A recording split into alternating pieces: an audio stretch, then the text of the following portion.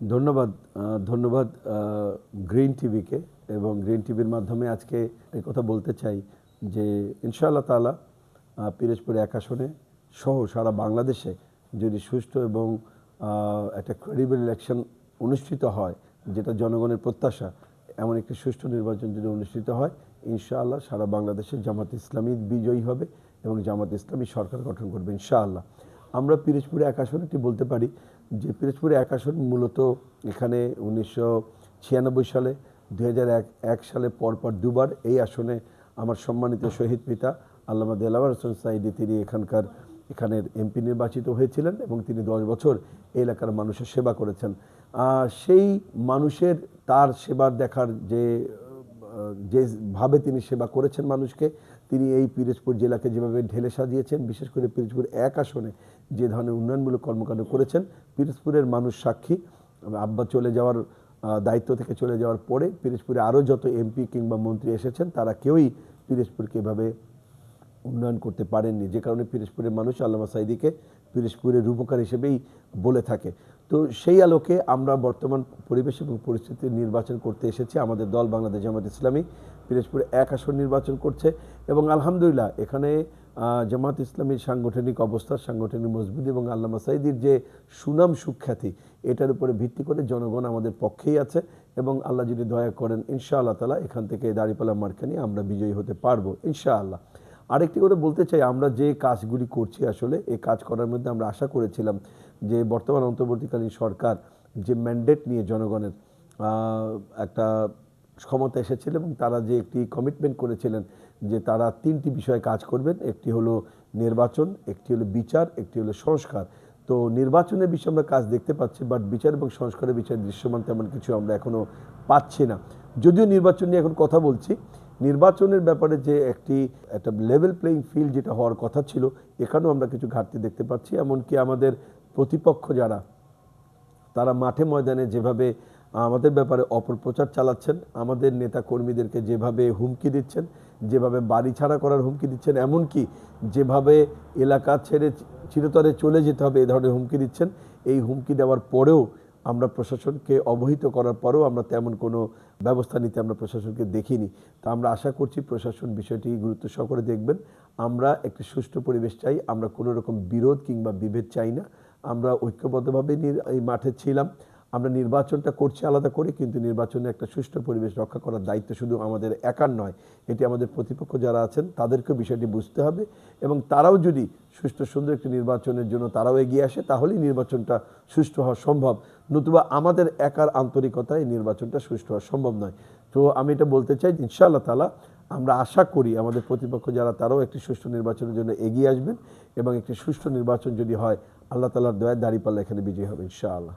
ইনশাআল্লাহ তাআলা আল্লাহ যদি দয়া করেন আর আমরা পিরোজপুরের মানুষের ম্যান্ডেট নিয়ে যদি আমরা পিরোজপুরের মানুষের সেবা করার সুযোগ পাই, তাহলে পিরোজপুরের মানুষের প্রথম যে প্রয়োজনটা, পিরোজপুরের মানুষের প্রথম যে প্রয়োজনটা সেটি হলো যে এই এলাকাকে ঢেলে সাজানো। এবং ঢেলে সাজাতে গেলে আমরা যেটা মনে করছি এবং আমরা কমিটমেন্টও করেছি যে এই এলাকাকে আমরা একটি অর্থনৈতিক অঞ্চল হিসেবে ঘোষণা করতে চাই এবং এই অর্থনৈতিক অঞ্চল ঘোষণা করার মাধ্যমে এই এলাকায় ক্ষুদ্র এবং মাঝারি কুটির শিল্প স্থাপন করে এই এলাকার ব্যাপক কর্মসংস্থান সৃষ্টি করতে চাই, যাতে করে এই এলাকার জনশক্তি যারা আছেন তারা এই এলাকার থেকেই এই এলাকার উন্নয়নে ভূমিকা রাখতে পারেন এবং এই শিল্প স্থাপন করতে পারলে এই এলাকার মানুষের আর্থসামাজিক উন্নয়ন হবে। আমরা এই এলাকার মানুষের আর্থসামাজিক উন্নয়নের কাজটি সর্বপ্রথম করতে চাই। দ্বিতীয় যেটা করতে চাই যে উন্নয়ন বঞ্চিত জেলা হওয়ার কারণে এই এলাকার রাস্তাঘাট, ব্রিজ, কালভার্ট, স্কুল, কলেজ ইত্যাদি নির্মাণ করা হয়নি। আমরা এই ভেঙে পড়া সড়কের ব্যবস্থাকে আমরা আবার নির্মাণ করতে চাই। আমরা এই এলাকার পরিমাণ চাহিদা মাফিক 2 লেন অথবা 4 লেন বিশিষ্ট যে রাস্তা প্রয়োজন আমরা সেগুলি নির্মাণ করতে চাই এবং সবথেকে বড় কথা যে আমাদের এই এলাকাটি একটি নদীমাতৃক এলাকা। এই এলাকায় চারদিকে নদী বেষ্টিত হওয়ার কারণে এখানে নদী ভাঙনের সমস্যা আমাদের এখানে আছে। দীর্ঘকাল দাবি করার পরেও আমরা এখানে কোনো টেকসই বাঁধ আমাদের এখানে কেউ তৈরি করে দেয়নি। আল্লাহ যদি আমাদেরকে সুযোগ দেন, আল্লাহ যদি এই এলাকার মানুষের জন্য আমাদেরকে কবুল করেন, তাহলে আমরা এই পিরোজপুর জেলায় নদী ভাঙন এলাকাসমূহকে চিহ্নিত করে সেখানে আমরা টেকসই বাঁধের একটা ব্যবস্থা আমরা করবো ইনশাআল্লাহ তাআলা। একই সাথে আমাদের রাস্তার যেগুলি আছে সব প্রশস্ত রাস্তা আমাদের বলতে গেলে নেই, আমাদের সব সরু রাস্তা, যে কারণে এখানকার মানুষের যাতায়াতে ভীষণ রকম কষ্ট হয়। সুয়ারেজ ব্যবস্থাটা খুবই খারাপ। আমাদের পৌরসভা 100 বছরের পুরনো, কিন্তু পৌরসভা নাগরিক সুবিধাদি বলতে তেমন কিছু নেই। তো এই সব কিছু বিবেচনা নিয়ে আমরা গোটা পিরোজপুর শহর এবং আমাদের জিয়ানগর এবং নাজিরপুর উপজেলাকে আমরা ঢেলে সাজাতে চাই। আমাদের সুয়ারেজ লাইনগুলি আমরা আধুনিক এবং উন্নত করতে চাই। একই সাথে নাজিরপুর এবং জিয়ানগর সহ এই পিরোজপুরের যে রাস্তাঘাটের উন্নয়নে আমরা ব্যাপক ভূমিকা রাখতে চাই। আমাদের স্বাস্থ্য ব্যবস্থাতেও আমাদের চরম অবহেলা আছে। আমাদের স্বাস্থ্য ব্যবস্থা, এখানে চিকিৎসকগণ নিয়মিত থাকেন না। যারা এখানে এঙ্গেজ চিকিৎসক আছেন তারা এখানে নিয়মিত থাকতেও চান না, তারা চলে যান। তো এইসব জায়গাগুলিতে আমাদের একটা ঘাটতি আছে এখানে স্বাস্থ্যসেবার। এমনকি এখানে উন্নত স্বাস্থ্যসেবার জন্য একটা আধুনিক মানের হসপিটালও নেই। যদিও একটি ভবন আছে 8 তলা বিশিষ্ট, কিন্তু সেই 8 তলা ভবনটিও চালু নেই। সুতরাং সেই অর্থে এখানে স্বাস্থ্যসেবা বলতে গেলে তেমন কিছুই নেই। আল্লাহ যদি আমাদেরকে সুযোগ দেন, আমরা এই ভবন চালুর মাধ্যমে আমরা উন্নত এবং আধুনিক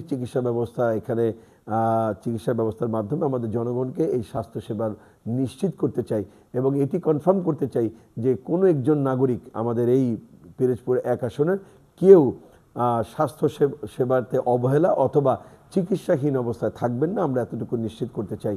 একই সাথে আমাদের এখানে কারিগরি শিক্ষার কোনো ব্যবস্থা নেই, যে কারণে আমাদের দক্ষ জনশক্তি আমরা এখানে তৈরি করতে পারছি না।